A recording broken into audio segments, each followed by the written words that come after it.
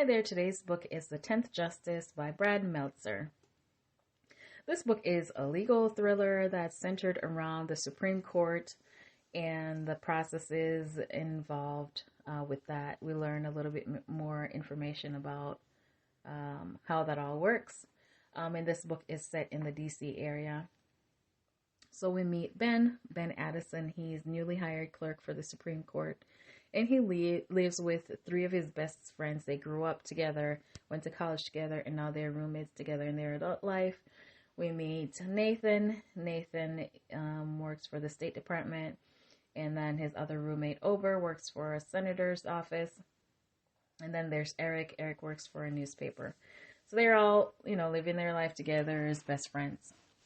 So Ben starts his new job at the Supreme Court, and he meets his co-clerk, Lisa. They get along great, and they work well together. Ben is really, really smart, so he takes the job really well, and he's doing a great job. So anyway, it seemed to be that, former clerks will keep in touch with the new ones and try to guide them and help them and just check on them and see how they're doing. But they're not supposed to give out information about any decisions.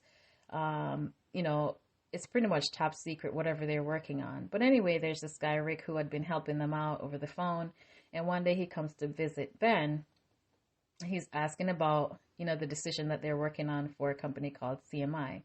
Now, this company was not doing well at all. They had a court case, with the Supreme Court that was under decision. So he wanted to know how it was going and probing Ben for information about where the justices were leaning and what discussions they were having. And I was kind of suspicious about this. And I'm like, Ben, don't do it. But he ended up succumbing to the pressure. It was gentle pressure, but pressure nonetheless, because this was a former clerk. He had been helping them out. So he felt kind of guilty. And even though he knows it's something that he shouldn't do, he kind of went ahead and told him what he was asking. And that's where all the trouble started. So we find out that the CEO had bought up a bunch of the stocks for the company, and it seemed to be based on the decision, the Supreme Court decision, because if they ruled one way, it could be detrimental, and if they ruled the other way, he could stand to make a ton of money with that. So we find out, what do you know? The CEO bought a bunch of stocks, the decision worked in his favor, and so Ben was like, oh my goodness, did I have something to do with this? He had discussed this very case with Rick. So when he went to get back in touch with Rick to talk about it, his number was disconnected. He couldn't be located. He did a little bit of detective work and found his address. He didn't live there anymore. But somehow after this happened, Ben started taunting him, and he figured out that, he was asking questions, and he was like, you need to stop. You're never going to find me, all this stuff. So even though he had gotten away with, the information, it was kind of funny that he was back in touch with Ben, but he wasn't asking for anything. And Ben was talking to Lisa, and he was like, he's probably going to ask for another decision, because why not, break free and clear? You've had what you wanted, and now you're still talking to Ben. So Ben wanted to figure out who this guy was, because he later found out that this guy never clerked with the Justice Department. So he's even more worried now and scared to lose his job, and of course the repercussions of all this. Meanwhile, he's fallen out with his roommate, Eric, because Eric had printed some information in the newspaper. And it seemed everybody had assumed now that he had leaked the information because of his connection to Eric. That's his roommate. And so the marshals were bringing him in for questioning because of that connection. So he was in trouble because of that. They hadn't charged him with anything, but he was questioning, and they were suspicious of him. All right, so he decided, him and his friends, that they were gonna, try to figure out who this guy is. They got spy equipment, because eventually, what do you know? Rick wanted more information. So his friends came together, and they got some spy gear from the State Department under guise of, I don't know what reason he had given, Nathan had given.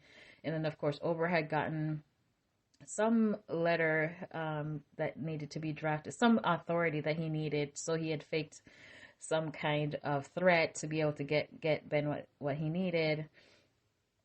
Did I say over? Okay, and then of course Ben was now on the outs with Eric because of the news article, and so now he was in trouble. So anyway, their little operation failed because it seemed that Rick had bugged their apartment because he knew of the conversations. Of course, the meeting where it was supposed to happen, he moved him elsewhere, and so they weren't able to get the pictures and the proof that they were hoping that they would have gotten. So their plan was, to double cross Rick, and in combination of being able to get the proof that they needed to bring to the police. So they did succeed in double crossing Rick, but of course no closer to determining his identity. So now Rick is really, really, really ticked. So this second decision that Rick wanted information on, it seemed that he had gotten the information from one of the roommates. And so they were, in this section of the book, Rick had paid the money. They had met up. And then, he was paying like $1.5 million or something for the decision.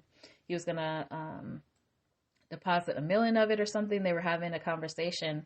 And what do you know, when they were talking back and forth, the name of the person he was having the conversation with wasn't mentioned. But then finally, when they're finalizing the conversation, he mentioned the name, and it was one of the roommates. And I was like, oh my goodness, you cannot tell me that Ben's best friend is in league with Rick. Why? So now I was like, oh my goodness, that was a huge, huge twist in the book. So usually when there's a twist that's revealed and the book is not done, the book usually gets kind of boring, but not the case. This is almost like a sequel now to the book. So Rick now is really, really ticked off now, because how dare them, try to test him and try to double cross him. Of course, that deal didn't work out for him because, it was a double cross. So he now decides to blackmail them.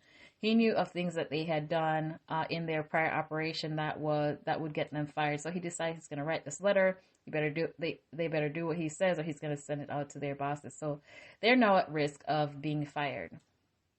So in the event of all this, now it seemed to be eventually the bosses got the information, called them in to talk about it. One of their roommates ended up committing suicide as a result of this blackmail, because he had lost his job, and there were other things that led to that, just because of his history of things that had happened to him. And of course, the other roommates blame Ben, because if it wasn't for him and this whole decision that he had leaked initially, or he didn't do it on purpose, but because of that information that was leaked, now this is why all this had happened to them. And so they're all at odds now. And so things were just tumultuous between them. And then they at one point had suspected Lisa. Ben didn't really feel that it was her, but then now they're at odds with that again. Who really is involved with Rick. So after this double cross, now Rick had the audacity to ask for another decision. And we find that Rick was working with the CEO of the company called American Steel, which was the company that the decision was based on. Well, that was in the book, but we later find out that it was a plant from, I don't want to reveal that. Okay, so we later find out that the CEO was not really the CEO. So I don't want to give away how that came to be. But anyway, Rick later kidnapped them. And we find out that one of the marshals that Ben had been questioning Ben initially was involved with supplying information to Rick. And so he was a part of the scheme that he had going. So there was some insider information that he was getting as well from that gentleman from the marshal's office.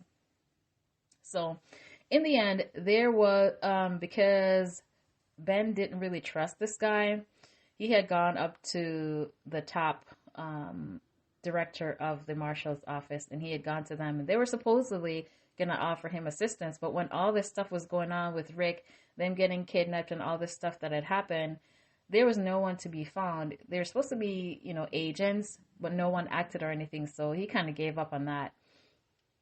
And so at the end of the book, we find out that they had been observing and all that and getting information. And finally, at the end, that they did come in and were able to get the perpetrators of this whole fraud that was happening. So in the end, Ben did get fired, but there was an opportunity that came up that worked out for the best, which is great. So this book is definitely, I want to say high octane is how I would describe it.